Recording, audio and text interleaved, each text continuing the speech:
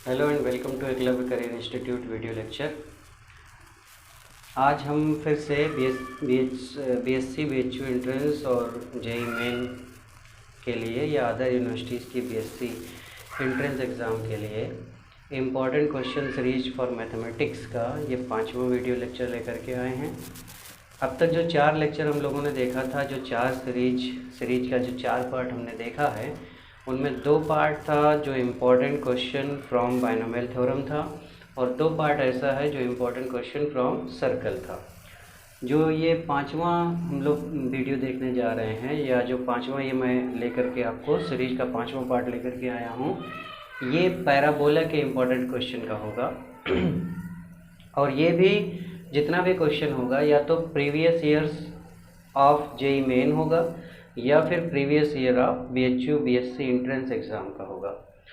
और पिछला भी जो हम लोगों ने क्वेश्चन देखा है वो सब वहीं से थे, previous years of JEE Mains and previous year from BHU BSc entrance exam.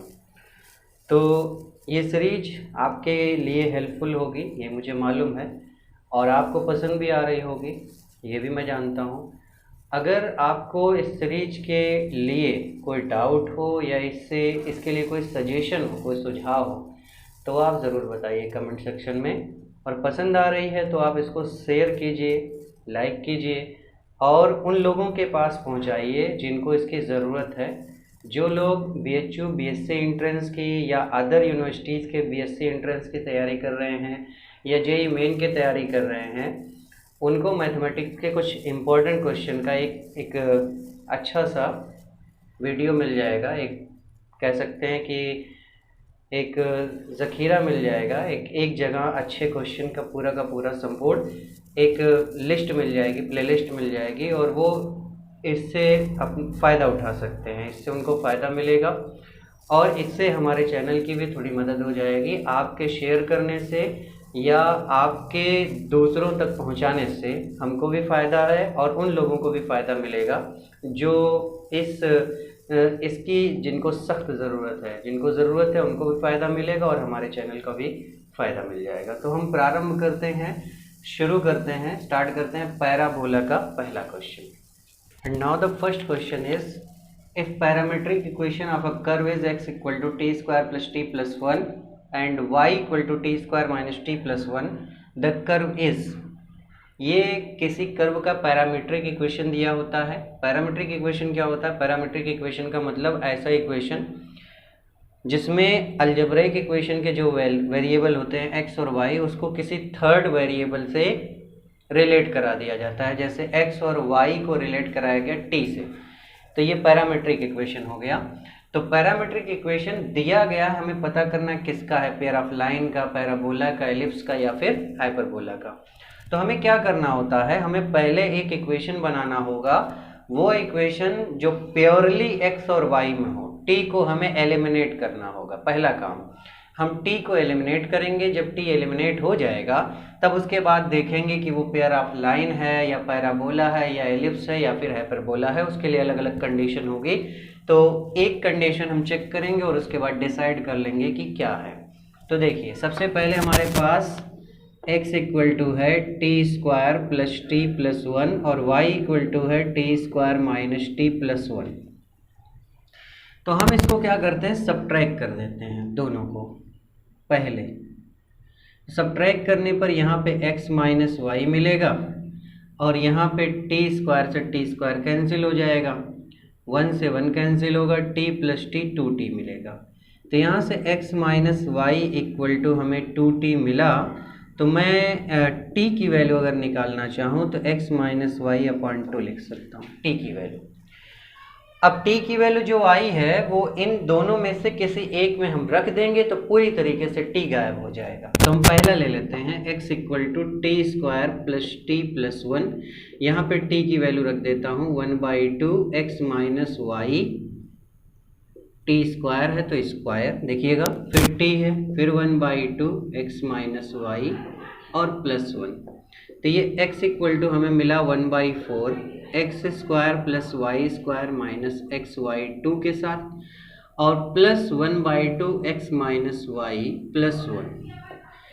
पूरे में हम 4 से मल्टीप्लाई कर देते हैं तो इधर 4x हो जाएगा, इधर हमें x square plus y square minus 2xy मिलेगा।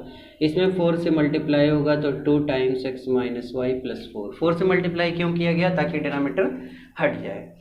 अब इधर देखिएगा ये उधर जाएगा तो x square plus y square minus 2xy, और ये देखिए 2x होगा, ये 4x उधर जाएगा, 2x में से 4x सब्ट्रैक्ट होगा माइनस 2x, और ये मिलेगा माइनस 2y और प्लस का 4 इक्वल टू 0। अब ये एक इक्वेशन जनरल फॉर्मेट का आया है हमारा। जनरल क्वाड्रेटिक इक्वेशन जो होता है वो हमारा होता है ax square plus by square plus 2hxy plus 2gx plus 2fy plus c equal to 0। Compare करने पर a की वैल्यू 1, b की वैल्यू 1 है, 2h इक्वल टू माइनस 2 है तो h इक्वल टू माइनस 1 आ जाएगा, 2g इक्वल टू माइनस 2 है तो g इक्वल टू माइनस 1 आ जाएगा, 2f इक्वल टू माइनस 2 है, f इक्वल टू माइनस 1 आ जाएगा, और c की वैल्यू 4 मिल जाएगी। ये हमने कंपैरिजन करके निकाल लिया। अभी यहाँ से हम कुछ नहीं कह सकते कि ये क्या है, पैराबोलाइन है, पैराबोला है, एलिप्स है या फिर हाइपरबोला। तो सबसे पहले हम निकालेंगे डेल्टा। देखिए डेल्टा ध्यान से, a b c f g h f g h, ये एक आइडेंटिटी है। इसके थ्रू पता चलता है कि क्या कंडीशन मिलेगी, पैरालाइन की मिलेगी या फिर पैराबोला, हाइपरबोला और एलिप्स की मिलेगी। तो हम इसको चेक करेंगे। देखिएगा तो ए बी सी की वैल्यू 1 1 4, एफ जी एच की वैल्यू -1 -1 -1, तीनों है -1 -1 -1 -1 -1 -1। इसको सॉल्व करते हैं। सॉल्व करना लगभग लोगों को आता होगा। 1 1 इंटू 4 -1 -1 1 आएगा, बीच में माइनस माइनस, इसका साइन माइनस होता है, प्लस -1 इंटू 4 -4, -1 इंटू -1 +1, बीच में माइनस होता है माइनस, फिर ये माइनस है, यहाँ पे -1 -1 1 -1 +1 -1, बीच में माइनस होता है +1। तो ये देखिएगा 4 में से बन जाएगा 3, -4 -1 -5 इंटू 1 इंटू +1 -5 आएगा, और ये 1 1 2 -1 -2। तो ये आपका हो गया 5 2 7 3 -7, यानी कि -5 आया, सॉरी -4 आया। -4 जो है वो नॉट इक्वल टू 0 आया। तो ध्यान दीजिएगा, जब डेल्टा नॉट इक्वल टू 0 होता है तो पैराबोला, एलिप्स या हाइपरबोला में से कुछ होगा। अगर ये इक्वल टू 0 आता तब हम पेयर ऑफ स्ट्रेट लाइन के बारे में सोचते, तो pair of straight line cancel हो गया, इसमें से कुछ होगा। अब दूसरी आइडेंटिटी हमें चेक करना है। दूसरी आइडेंटिटी है h square minus a b की वैल्यू। तो एच स्क्वायर है -1 का स्क्वायर माइनस ए की वैल्यू 1, बी की वैल्यू 1, तो 1 -1 0 आया। अब इसका मतलब h square minus a b equal to 0 आया, या h square equal to a b आया, ऐसे कह सकते हैं। तो आप ध्यान दीजिएगा, ये दो कंडीशन जो है, पहली condition delta not equal to 0, दूसरी h square equal to a b जब होता है तो ये बताता है कि जो कंडीशन है वो पैराबोला की है। जो कंडीशन है वो किसकी है, पैराबोला की। तो यहाँ पे डेल्टा नॉट इक्वल टू 0 और h square equal to a b आया है। इसका मतलब श्योरली ये जो कर्व है, पैरामेट्रिक कर्व, वो एक्चुअली में किसका है, पैराबोला का है। मीन्स इस क्वेश्चन के लिए हमारा ऑप्शन होगा ऑप्शन नंबर 2, ये आंसर हो जाएगा। अब इसमें दो कंडीशन एलिप्स और हाइपरबोला की आती है। एलिप्स के लिए h square minus a b की अलग कंडीशन होती है और हाइपरबोला के लिए अलग कंडीशन। तो सीरीज चलेगी, उससे हम स्टेप वाइज डिस्कशन करते रहेंगे, एक साथ सारा बोझ नहीं दे रहे हैं। इसमें सिर्फ और सिर्फ पैराबोला के बारे में डिस्कशन किया कि पैराबोला के लिए डेल्टा नॉट इक्वल टू 0 और h square equal to a b होना चाहिए। वो कंडीशन हमने देख ली, पैराबोला मिल गया।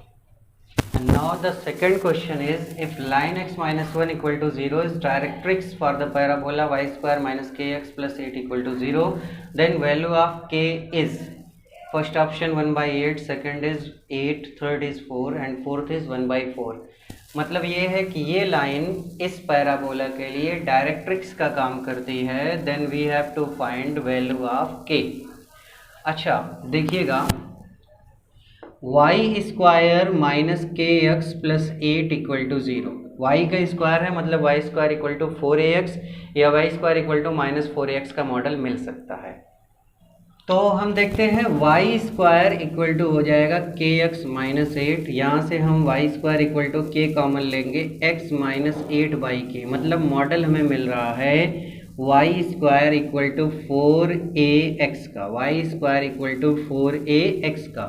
इसको ऐसा समझिएगा आप, वाई माइनस के का whole square equal to 4ax minus h का मॉडल मिल रहा है, समझिएगा आप।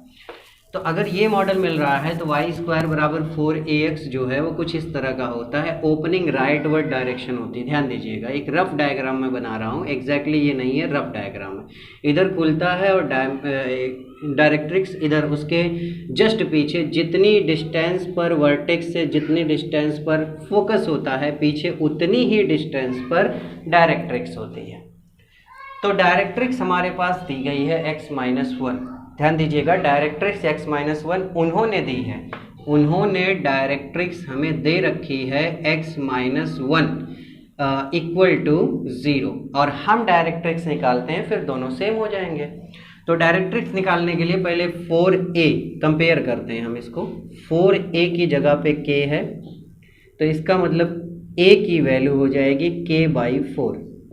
अब देखिए, इसके लिए डायरेक्ट्रिक्स होती है x equal to minus a. ध्यान देना, इसके लिए डायरेक्ट्रिक्स होती है x equal to minus a, और x के प्लेस पे है x minus h equal to minus a की जगह पे k/4 आया है।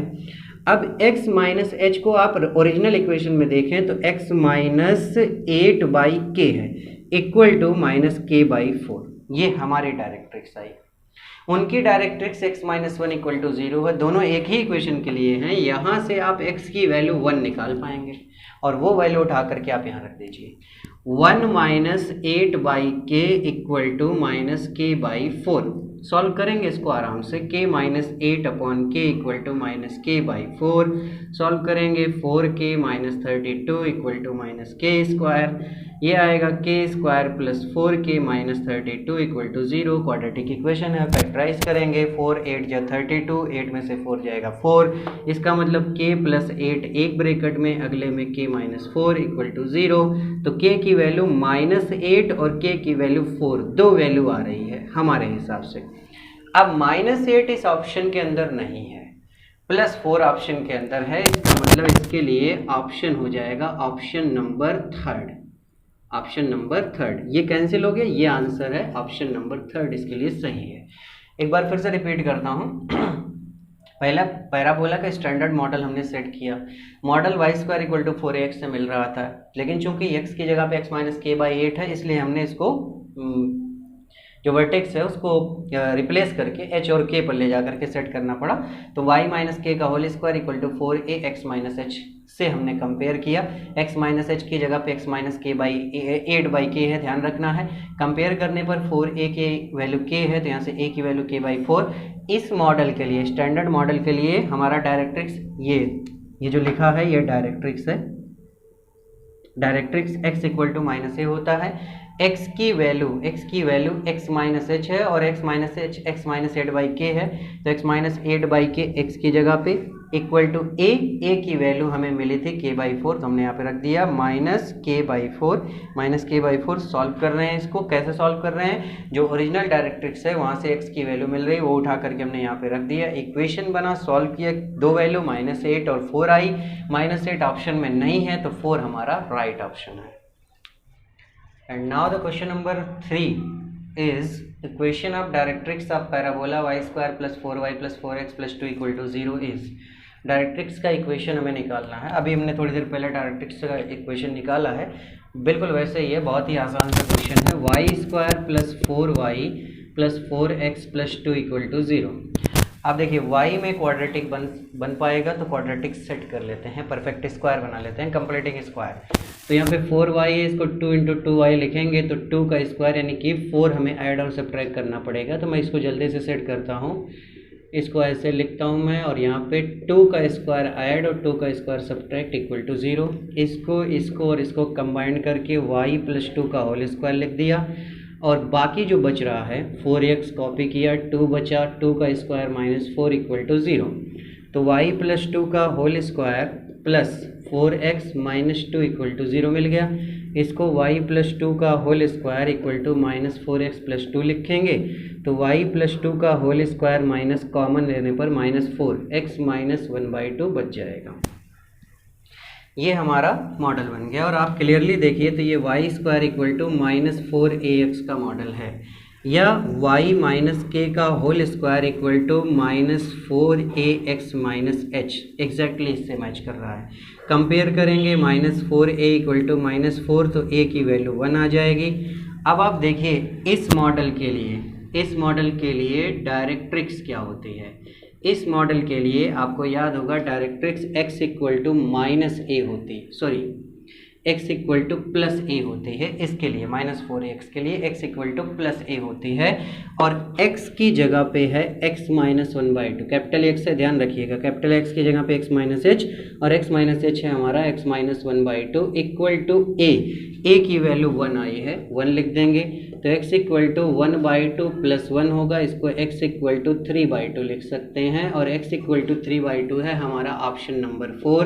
मीन्स इस क्वेश्चन के लिए आंसर होगा option number 4। And now the question number 4 is, if focal chord of parabola y² equal to 16x is tangent for circle x minus 6 का whole square plus y² equal to 2, then the slope of the chord is this, this, this और this। 4 option दिए गए हैं।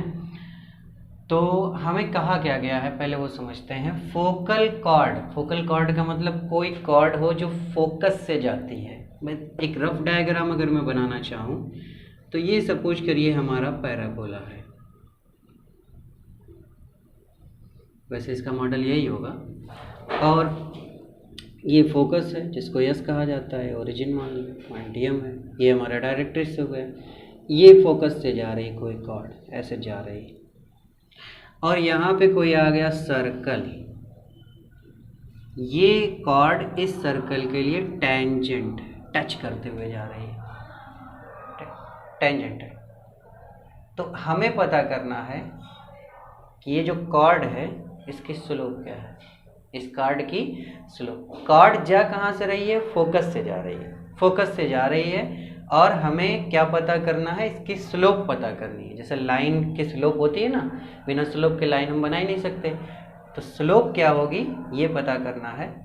Focus से जा रही है ये मालूम है, और इस सर्कल के लिए, सर्कल के देखिए इसका इक्वेशन है y² इक्वल टू 16x, और सर्कल का इक्वेशन हमारा है x -6 का whole square plus y² equal to 2। ध्यान दीजिएगा, तो y² इक्वल टू 16x जो है वो y² इक्वल टू 4ax से मैचिंग है। 4a इक्वल टू 16 यानी कि a की वैल्यू 4 आएगी। और ध्यान दीजिए इसके लिए जो फोकस होता है वो a,0 होता है, इसका मतलब फोकस हमारा 4,0 आ जाएगा। ये फोकस हो गया, फोकस हो गया। फोकल कॉर्ड यानी फोकस से जा रही है, तो हम इक्वेशन निकाल सकते हैं। कंसीडर करते हैं कि let slope of focal chord equal to m, slope m है, पासिंग थ्रू s, फोकस से जा रही है। तो इक्वेशन हम निकाल लेते हैं, इक्वेशन ऑफ फोकल कॉर्ड। देखिए इक्वेशन का एक पुराना सा रूल फार्मूला है, 11 में पढ़े हैं, y - y1 equal to mx - x1। ये हमारा x1 y1 हो जाएगा, तो y - 0 equal to m, slope m ही माना है, x - x1 की वैल्यू 4, ये हमें मिल गया। इसको मैं y equal to m in bracket x - 4 लिख सकता हूँ, और इसको मैं थोड़ा और सुधारूँ तो y equal to mx - 4m लिख सकता हूँ, और थोड़ा सा और सुधारूँ तो mx - y - 4m equal to 0 लिख सकता हूँ। ये हमारा इक्वेशन हो गया। ये इक्वेशन, ये फोकल कॉर्ड टेंजेंट का काम करती है। अब आप ध्यान दीजिए, टेंजेंट के टेंजेंशियल पॉइंट से अगर हम सेंटर को ज्वाइन करेंगे, टेंजेंशियल पॉइंट और सेंटर को ज्वाइन करेंगे, तो जो लाइन सेगमेंट होगा वो परपेंडिकुलर होगा टेंजेंट पर। मतलब अगर मान लीजिए टेंजेंशियल पॉइंट A है, सेंटर इसका C है, तो दोनों को ज्वाइन करने पर जो मिलेगा लाइन सेगमेंट वो परपेंडिकुलर होगा टेंजेंशियल लाइन पर या टेंजेंट पर। दूसरी चीज़ ये है कि अगर मैं सेंटर से इस लाइन पर कोई भी परपेंडिकुलर डालूंगा तो चूंकि वो परपेंडिकुलर टेंजेंशियल पॉइंट पर ही जाकर के गिरेगा, इसलिए ये डिस्टेंस रेडियस होगा। ये भी क्लियर है। तो अब देखिए हमारे पास सर्कल है x माइनस 6 का whole square plus y square equal to 2। तो अगर आप इसको कंपेयर करेंगे, इसको मैंने कई बार बताया हुआ है पिछले वाले वीडियो में भी, तो सेंटर आपको 6,0 मिलेगा। और रेडियस देखिए, यहाँ पे देखिए 2 है, इसको √2 का स्क्वायर लिखेंगे तो रेडियस √2 मिल जाएगी। ध्यान दीजिएगा। अब हम क्या करेंगे, ये टेंजेंशियल लाइन है, सेंटर से इस लाइन पर परपेंडिकुलर ड्रा करेंगे, ठीक है ना। Perpendicular from centre of circle to focal chord. Focal chord पर जो परपेंडिकुलर होगा सेंटर के सर्कल के सेंटर से, वो इक्वल होगा रेडियस ऑफ द सर्कल के, रेडियस ऑफ सर्कल के इक्वल होगा। चलिए परपेंडिकुलर डालते हैं। फार्मूला आपको मालूम होगा ax plus by plus c upon under root a square plus b square, या ax1 plus by1 plus c upon under root a square plus b square. तो ये काम करेगा x1 y1 का, और इसी में ला करके हम रख देंगे ये x1 की वैल्यू 6, और यहाँ पे माइनस है, b की जगह पे 1 है, और y1 की वैल्यू 0, प्लस c की जगह पे -4m upon under root a square. a means x का coefficient, m square plus b square means y का कोफिशिएंट -1 का स्क्वायर। रेडियस हमने निकाल रखी है √2 है, तो यहाँ पे हमें 6m - 4m मिल गया, और नीचे अंडर रूट में m स्क्वायर प्लस 1 मिला, राइट में √2 मिला। 6m - 4m 2m होगा, राइट में √2 के साथ m स्क्वायर प्लस 1 मिल जाएगा। अब इसको आप कैंसिल आउट कर लीजिए तो ये √2 बन जाएगा। अच्छा, ये √2 बन गया, थोड़ी जगह देखी जाए, लिखता हूँ मैं इसको, √2m equal to m square plus 1। तो इसको अब सॉल्व करना है हमें। अच्छा, ये रूट में, सॉरी, ये रूट में, तो स्क्वायरिंग कर देते हैं। स्क्वायरिंग करोगे ये √2m हो जाएगा 2m स्क्वायर, और राइट में जाओगे तो m स्क्वायर प्लस 1 मिलेगा। m स्क्वायर इधर आएगा, 2m square minus m square equal to 1। तो m square equal to 1 means m की वैल्यू प्लस माइनस 1 आ गई। स्लोप हमने m मान रखा था, m की वैल्यू प्लस माइनस 1 आई है, यानी +1 और -1 वो है ऑप्शन नंबर फर्स्ट। ये सही है, मतलब इस क्वेश्चन के लिए जो हमारा आंसर होना चाहिए वो होना चाहिए ऑप्शन नंबर फर्स्ट। एक बार फिर समझिएगा। सबसे पहले हम लोगों ने क्या करना है, जो हमारा पैराबोला है उसको स्टैंडर्ड इक्वेशन के कंपेयर करके फोकस निकाल लेंगे। फोकस निकालने के बाद फोकस से जाने वाली एक लाइन का इक्वेशन लिखेंगे, considering slope as m। Slope m मान करके हमने फोकल कॉर्ड का इक्वेशन लिखा। फोकल कॉर्ड जो है वो सर्कल के लिए टेंजेंट का काम करती है। इसका मतलब सेंटर से अगर हम लाइन पर परपेंडिकुलर ड्रॉ करेंगे तो वो परपेंडिकुलर सर्कल के रेडियस के इक्वल होगा। तो वही हमने यहाँ पे किया, ये परपेंडिकुलर का फार्मूला लगाया, इक्वल टू रेडियस लिखा, इसको सॉल्व किया हमने। कुछ पार्ट यहाँ है, बाकी यहाँ है, सॉल्व किया, m की वैल्यू प्लस माइनस 1 आई है, और plus minus 1 option number first में मिल रहा है। इसका मतलब इसके लिए option number first is right answer. And now the question number 5 is, if let the point a 1,0 and b lie on the curve y square equal to 8x, locus of midpoint a of ab is first, second, third and fourth। 4 option इसके लिए भी हैं। कहा यह गया है कि a और b दोनों ही क्या कहते हैं, कर्व, इस कर्व के ऊपर है। सॉरी a अनदर पॉइंट है, बाहर की तरफ कहीं भी हो सकता है, बाहर हो या अंदर हो। b जो है लाई कर रहा है इसके ऊपर, Y square equal to 8x के ऊपर। तो ए बी को जब हम ज्वाइन करेंगे तो ज्वाइन करने के बाद हमें एक लाइन सेगमेंट मिलेगा। उस लाइन सेगमेंट के मिड पॉइंट का हमें लोकस निकालना है। मतलब ये है कि अगर हम b को मूव कराएंगे अलग अलग जगह पे तो एक कर्व मिलने वाला है, उस कर्व का इक्वेशन क्या होगा। तो आप देखिए इसका मतलब क्या है। देखिए 1,0 कहीं भी हो, ये मान लीजिए रफली मैंने एक कर्व खींच लिया, ये हमारा पैराबोला है ही एग्जैक्टली। इसके ऊपर है पॉइंट बी, यहाँ कहीं पे है पॉइंट ए, इसको ज्वाइन किया, इसका मिड पॉइंट। अब देखिए बी मान लीजिए यहाँ आया, फिर इसको ज्वाइन करेंगे, फिर मिड पॉइंट, बी यहाँ आया, इसको ज्वाइन करेंगे, ये मिड पॉइंट, बी आगे बढ़ा यहाँ, इसको ज्वाइन करेंगे, ऐसे कर्व मिलेगा ना। तो वो कर्व क्या होगा, उसका इक्वेशन क्या होगा, इसमें से वो हमें निकालना है। मिड पॉइंट का लोकस इसी को कहा जाता है। तो अब a का हमें कोऑर्डिनेट 1,0 दिया गया है और b lie on curve b किस कर्व पर है, y square equal to 8x। Compare करें y square equal to 4ax से, तो 4a इक्वल टू 8 यानी a की वैल्यू 2i। तो देखिए किसी भी कर्व के ऊपर, चाहे वो पैराबोला हो, सर्कल हो, हाइपरबोला, एलिप्स हो, सबके ऊपर जनरल पॉइंट हम कंसीडर कर सकते हैं पैरामीट्रिक फॉर्मेट में। तो इसका पैरामीट्रिक इक्वेशन अगर आप याद करें, इसको जिन्होंने पढ़ा होगा 80 स्क्वायर कामा 280 एक जनरल पॉइंट या एक पैरामीट्रिक पॉइंट होता है। हम वही मान लेते हैं, ये कंसिडर कर लेते हैं पॉइंट बी है। अब b एक्चुअली में क्या होगा, क्योंकि a की वैल्यू 2 मिली है तो 2t स्क्वायर कॉमा 4t ये b मिला है। ध्यान दीजिएगा AB का जो मिड पॉइंट है P मान लेते हैं h कामा के। हमेशा जिसका भी लोकस निकालना होता है उसको h कामा के कंसिडर किया जाता है जनरली। तो हम मान लेते हैं let mid point of AB is equal to P h comma k. अच्छा, AB का मिड पॉइंट हमने मान लिया है, लेकिन हम निकाल भी सकते हैं मिड पॉइंट के फार्मूले से, मिड पॉइंट थ्योरम से। A और B का कोऑर्डिनेट मालूम है तो AB का मिड पॉइंट भी हम ऐसे भी निकाल सकते हैं, x1 plus x2 by 2 comma y1 plus y2 by 2। ये हमने निकाला और हमने माना है h कामा के, दोनों इक्वल हैं, एक ही पॉइंट है।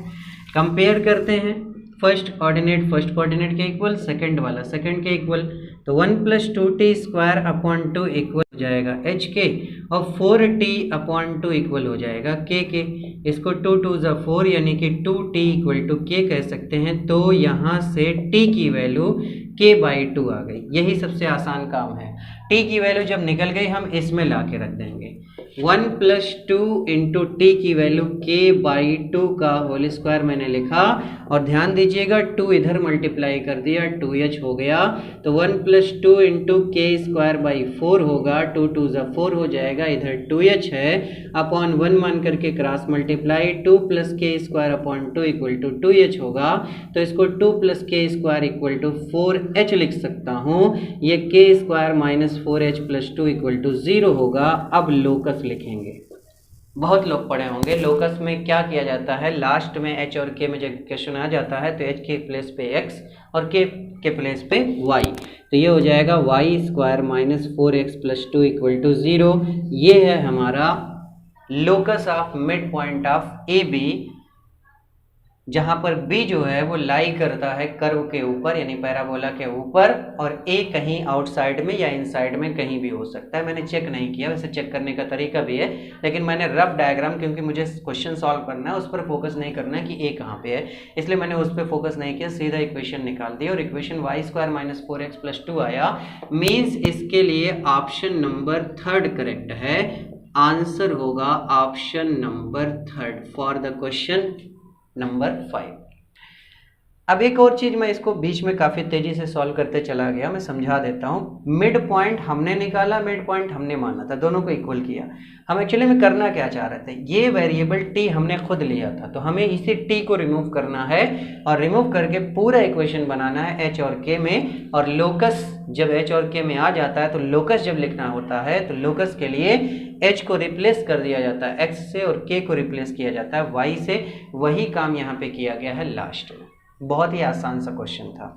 And now the question number 6 is, if origin is focus and x equal to 2 is directrix for a parabola, then vertex will be।